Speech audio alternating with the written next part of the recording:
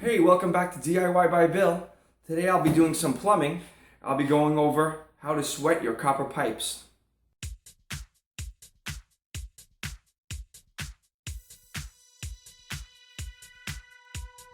Okay, so today I'm going to be going over sweating copper pipes. I wanted to just show you a couple quick things. First of all, I always put a cloth or something underneath the work area so the solder doesn't get stuck on anything, especially if you're using it over linoleum or something like that.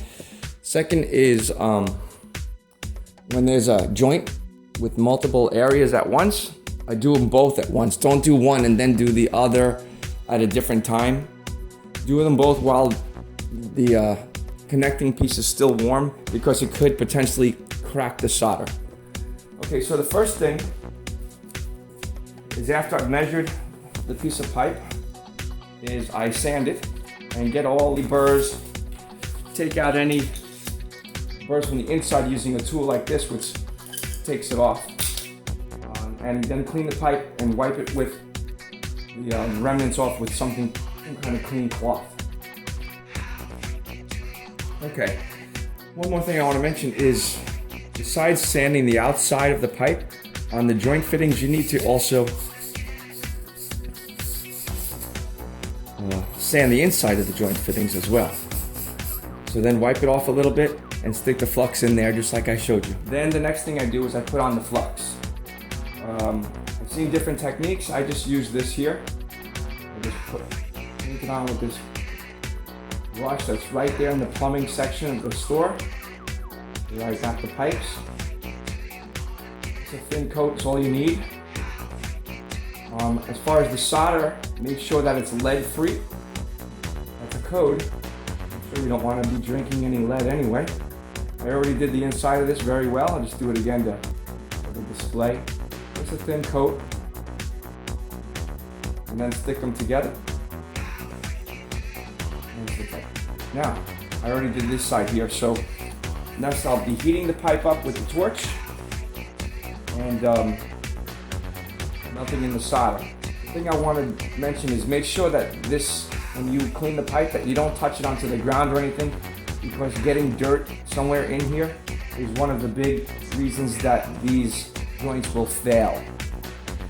And I just dropped my brush on the floor, so I'm throwing it away. I don't want to take any chances for the next joint. Okay, so you see the flame here? The tip of the light blue right down here is the hottest part of the flame. So that's the part that you'll touch onto the metal. And as far as the solder, make sure again it's lead free. I usually take a little bend in mine, and then I'll start heating the pipe. So I'm gonna do the lowest first, only because obviously heat rises, it'll bring it up to this pipe as well. I'll do this lower piece first of the angle. Okay, starting to bubble up in here now. Let me give this a test real quick. What you don't want to do is, you don't want to touch the solder to the actual flame. That's not going to suck it up in there. The flux will suck it up in there. That was white, that was painted on, when it's hot enough.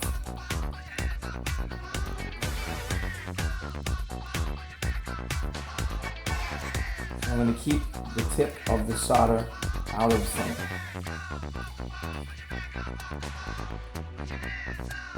Again, I'm keeping the tip of the blue, the light blue flame, on the pipe.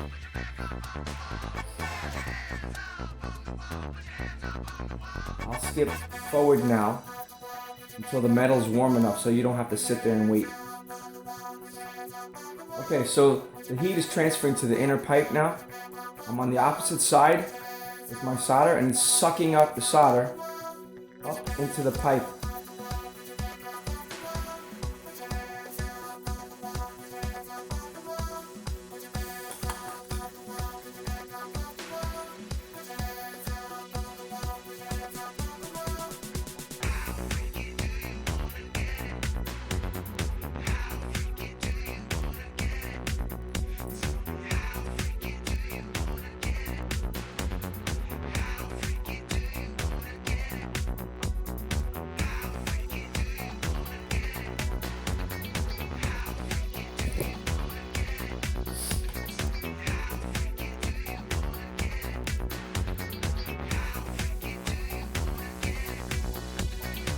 grips. Get sucked right in there. Also be careful that it doesn't drip on you.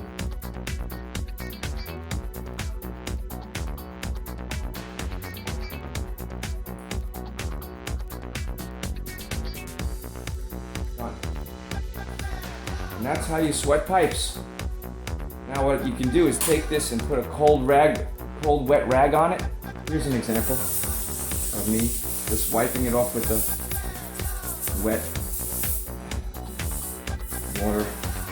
And then I'll wipe it again one more time when it's cooler to get any extra flux off, because the flux is an acid and they could help to create holes in the pipe in the future. So I want to get it all off. Okay, there you have it. Thanks for watching DIY by Bill. I hope that you can get some plumbing jobs done around your house for a less expensive price than hiring a plumber.